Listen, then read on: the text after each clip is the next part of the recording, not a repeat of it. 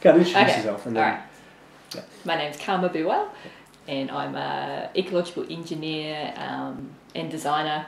I live here in New Plymouth. Anyway, I did my Aotearoa permaculture diploma back in maybe 2007 or 8, something like that, I'm not too sure. It was a wonderful process to go through. I really enjoyed it, and it made me lift my game in terms of the development that I was doing on the piece of land that we were living on at that time. It was really valuable. And then I hooked up with a great guy called Hakai Tane, and he was my mentor and my teacher exploring traditional Pacific Asia farming systems and watershed management, which is called permaculture. And as part of that learning journey, I went to China for a study tour and studied the traditional farming systems and water management over there. And when I came back, my view of a lot of things had shifted quite dramatically. Yeah. And seeing land and reading land had changed quite dramatically for me. And you know, when I reflected back on my diploma and the work that I'd done in developing our 3 acres, I was kind of part horrified and part embarrassed about it. And you know, this is always the way, of course. You know, you do these processes in order to learn, and you look back and go, "Oh, I could have done that differently." Sure. But, you know, if I had developed that 3 acres again, it would have been quite a different process.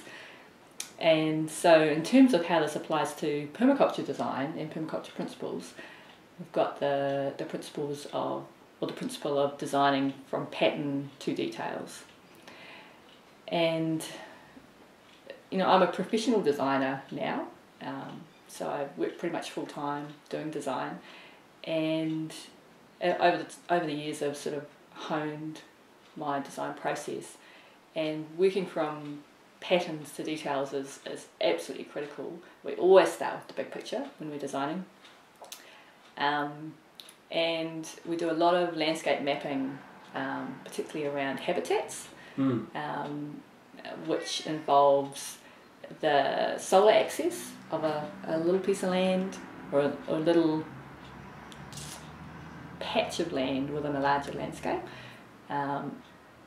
and its slope, and very importantly how deep it is to the water table, or it's not necessarily just the water table, but how deep plants' roots have to go to get access to moisture in the dry part of the year, so midsummer or the end of summer. Yes. And those 3 things are really the key aspects of land patterning that we use to design for. And in permaculture, traditionally, zoning has been a key pattern, if not the key pattern, that designers have used and have been taught.